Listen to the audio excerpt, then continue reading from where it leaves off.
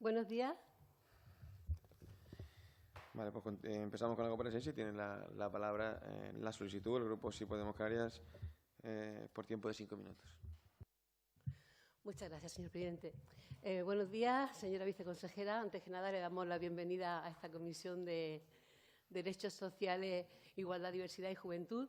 Y le damos también la bienvenida por primera vez a este espacio, a esta viceconsejería de nueva creación, la Viceconsejería de Igualdad y Diversidad, que yo creo que ya su propia existencia implica la importancia que para este Gobierno tiene esta materia, dando un paso más a la hora de dotar de recursos y de herramientas para conseguir esto que tanto anhelamos en nuestra tierra, que es una igualdad real.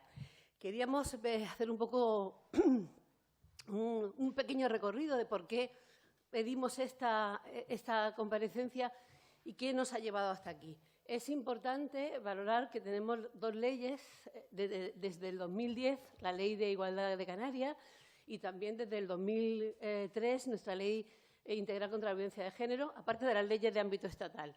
Tenemos también, y era importante, la Estrategia Canaria de Igualdad 2013-2020 que acababa este año. De todo eso iremos hablando más adelante porque las cosas que vamos a hacer de aquí en adelante tienen que ver con las cosas que hicimos también en el pasado y fruto de la evaluación, de los impactos, de cómo hemos ido trabajando, en qué posición nos encontramos en este momento. En otro momento analizaremos también de forma específica cada una sobre todo la estrategia cuando corresponda con la directora del Instituto Canario de Igualdad, pero saber qué nos ha llevado, hasta dónde estamos, en qué posición estamos en este momento en Canarias y qué queremos. La importancia, y en este caso no solamente de la viceconsejería, sino de esta estrategia que usted hoy nos va a explicar un poco, hoy nos va a presentar aquí, desde nuestro punto de vista y desde nuestro partido, nos parece una de las cosas más interesantes que esperamos que después desarrolle es cómo se plantea en el tiempo una estrategia que cuenta con 16 años.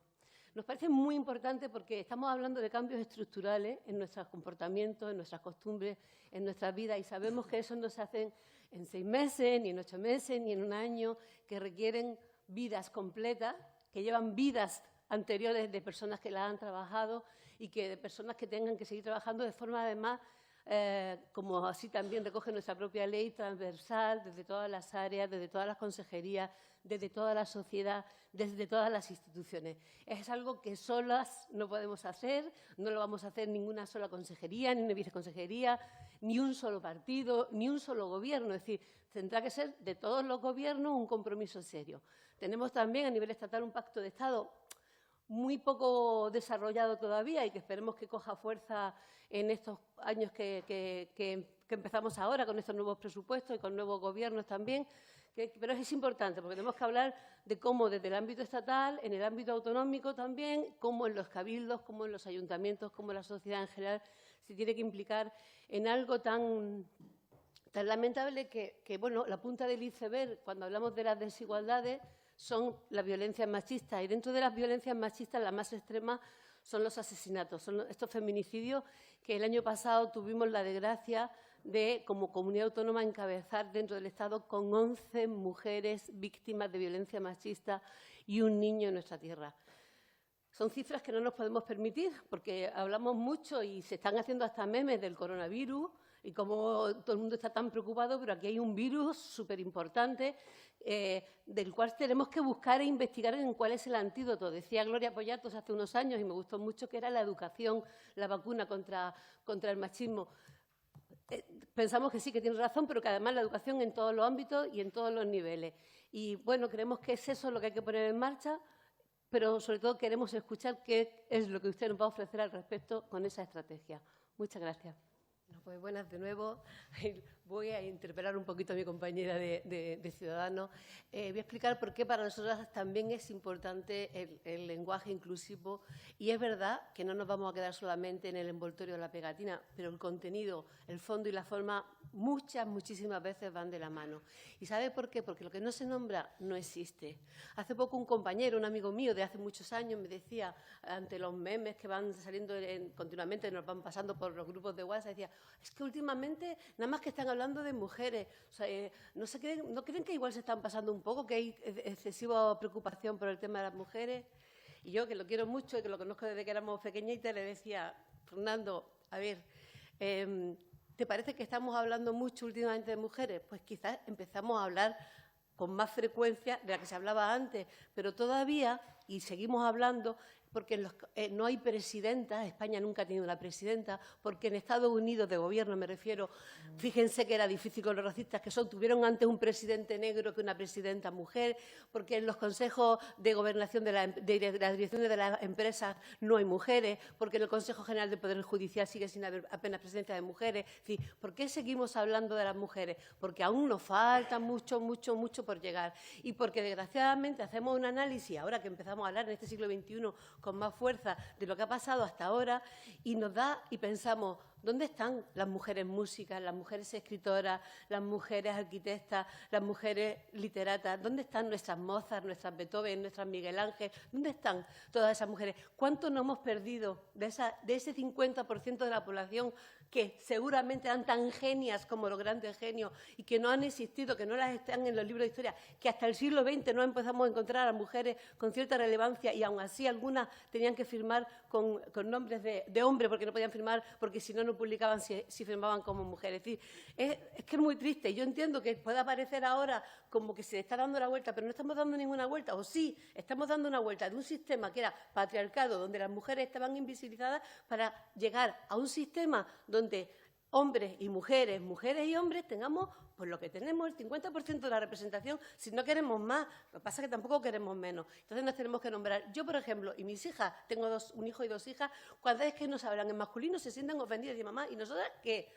A ver, ¿no recuerdan el Ladies and Gentlemen famoso? Dice lo bravo. Señoras y señores, ¿por qué tenemos que aceptar que hasta ahora venimos de esa historia, de esa trayectoria de siglos de patriarcado en la que solamente existían los hombres y por tanto el lenguaje era masculino? ¿Por qué no podemos reivindicar ahora, que además así lo pone en nuestra propia ley de igualdad por otro lado? Es decir, que nos nombren también a las mujeres. El lenguaje inclusivo me parece tan importante, que nos visibilice. Estamos aquí, somos nosotras y tenemos una forma de decir, no cuesta tanto trabajo, no es tanto esfuerzo de doblarnos, de verdad. Yo creo que es importante. Somos presidentas y presidentes. Y algunos, si no lo saben, se van a quedar con señora senadora, aunque sea una broma de Senado ingeniosa, por cierto. Es decir, nos parece importante. Nos parece importante porque visibiliza una realidad. Porque lo que estaba ocurriendo hasta ahora es que se estaban escondiendo. Y a la historia nos remitimos. No estaban las mujeres, no estaban en la historia. Empezamos a estar, hay que nombrarlas, nos tenemos que nombrar, y creo que eso es súper importante. Y, por supuesto, sin duda alguna, a los contenidos también. Y está muy bien lo de lo que acaba de comentar de Winter, que no puedan tener un uniforme con pantalones, pues es un tema que habrá que trabajar, que me parece que es una proposición que se debe plantear, porque no deben de existir empresas que discriminen tampoco en ese sentido. Es decir, pero es que una cosa no quita la otra. Yo creo que se trata de remar y de sumar. Y de sumar. Me preguntaban hace poco por qué, y se lo pregunto a la señora viceconsejera, ¿qué significaba esto, la igualdad que suma? ¿Qué querían? ¿A qué se refiere el eslogan? Como yo sé que falta una parte con respecto a la comunicación, que nos la cuente también porque nos parece importante. Y desarrollar un poco esos 4 ejes que nos parecen tan importantes, ¿no? El de planificar, formar, implementar y comunicar. Sabemos que estamos hablando, yo no sé si ya hay un documento escrito de toda la estrategia, haciendo alusión a lo que comentaba el compañero de Coalición Canaria, no sé si se va a ir construyendo poco a poco y estamos empezando, estamos en los cimientos. Sí que nos parece que los pasos que se vayan dando a todas y a todos nos gustará ir conociéndolos porque, claro, es decir, pero si es un trabajo que se va a hacer a través de universidades y de paso, yo creo que el apartado número 1, el de planificar, nos parece absolutamente esencial y por una razón. Hemos tenido muchos problemas con los datos en nuestra tierra. Fíjense que en algunos aspectos tenemos que decir que venimos de esfuerzos importantes, de pasos muy valientes que se han dado en la década pasada incluso, ¿no? Pero en otros aspectos tenemos que ser autocríticas. Y con respecto a los datos tenemos un problema. Con el ISTAC tenemos un problema y yo creo que toca también ponernos en serio para que sepamos cuáles son las realidades. Hablábamos Fíjense que con los datos no solamente tenemos problemas en Canarias, los tenemos también a nivel estatal. Tenemos que llegar a un acuerdo y decidir si todas las violencias machistas, como dice el Convenio de Estambul y como recoge ya nuestra ley canaria, porque está modificada, son cuando un hombre mata a una mujer por el hecho de ser mujer o solamente cuando tu pareja es pareja, como recoge la ley de violencia de género. Sí, porque de los datos que estaba dando antes la compañera se quedan cortos. Según la página de feminicidio.net, tenemos 22 mujeres asesinadas en lo que va de año. No son los datos oficiales, pero estamos incluyendo los datos que recoge ya nuestra ley canaria, que recoge el Convenio de Estambul y que es muy importante, porque todas las mujeres víctimas de agresiones sexuales, la semana pasada hubo en 2 días 4 asesinatos. Una de ellas era una chica prostituta, es violencia de género, violencia machista, no era, o sea, violencia machista no es violencia de género, porque no era su pareja, pero era una persona con la que había tenido relación, y porque te matan como Laura Luelmo o como Diana Kerr, son chicas que han sido asesinadas víctimas de violencia machista y que, sin embargo, no están incluidas en los datos oficiales. Por tanto, lo de los datos es muy importante. No podemos ignorar una parte importante de lo que ocurre, no solamente en estos casos tan tremendos, cuando hablamos ya de los asesinatos, cuando cuestan la vida, sino también cuando hablamos de las agresiones, de las muchísimas otras violencias que están en distintos niveles, de distintas intensidades, que están sufriendo muchísimas mujeres. Y con ellas quiero hacer una especial, porque es verdad que en la educación yo creo que estamos todas de acuerdo, hay medidas del Pacto de Estado, en el próximo pleno vamos a hablar de las medidas educativas que estaban ya recogidas y que hay que poner en marcha y que esperamos que este Gobierno de Canarias ponga en marcha ya, porque no son tan complicadas, son necesarias, no hemos comprometido a hacerlas y ya no nos vamos a quedar más en la declaración de buenas intenciones, sino hay que poner, es decir, para que nuestras niñas y niños desde la educación infantil tengan formación en igualdad, que nos parece súper importante, nuestro profesorado también tiene que tenerla. Si nuestras profesoras y profesores no saben, porque no han tenido formación, ¿cómo van a transmitir la transversalidad necesaria? Que parece que cuando hablamos de transversalidad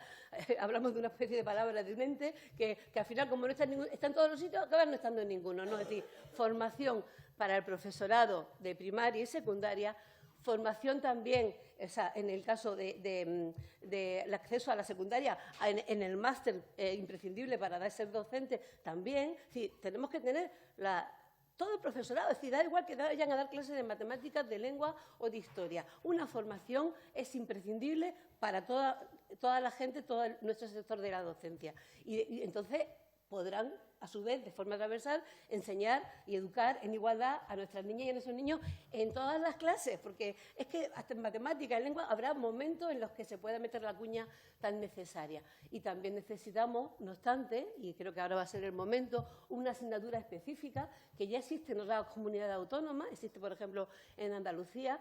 Yo tuve la suerte, además, de ser docente y de impartir, se llamaba Cambios Sociales y de Género, donde se trataban todos los temas de igualdad con ejemplos muy, muy prácticos, una asignatura con un nivel con una didáctica muy interesante, muy participativa y que, desde luego, hacía mella en el alumnado y se le notaba a la gente. Entonces, en Andalucía era optativa, yo creo que debería de ser obligatoria para todos los cursos y no solamente de la ESO, sino incluso en la formación profesional también, pues para tener esa formación que nos parece tan importante. Pero, y queda muy poco tiempo, no quiero dejar de hablar de otra franja de edad que me preocupa mucho, mucho, que son nuestras personas, nuestras mujeres mayores. Nuestras mujeres mayores, que las cifras recientes que estamos viendo son casi escalofriantes. ¿Cuántas mujeres mayores están muriendo asesinadas en manos de sus parejas y exparejas? Es decir, ¿cuántas mujeres ni en el final de su vida van a poder tener una vida tranquila y no van a tener ni siquiera el derecho a morirse en paz después de toda una vida de lucha, de opresiones, de represiones, de valorizaciones, de trabajo precario? Y esto tiene que ver con nuestras pensiones, con las pensiones no contributivas y con la dificultad que tienen muchas mujeres mayores, incluso de separarse de sus parejas, y como que parece, ya da igual, ya para lo que te queda, total, la edad que tienes, no. O sea, hay el derecho a morir en paz, el derecho a vivir en paz los últimos años de tu vida. Me parece que le debemos, ¿sabes? Que se lo debemos como sociedad, prestar un foco de atención y buscar alternativas, y no sé, entre todas las cosas que tiene por delante la estrategia, pero sí que me gustaría que tuviésemos la mirada de nuestras mujeres mayores presente, pues porque creo que o actuamos ya o llegamos demasiado tarde, y nos parece que es importante también para ellas.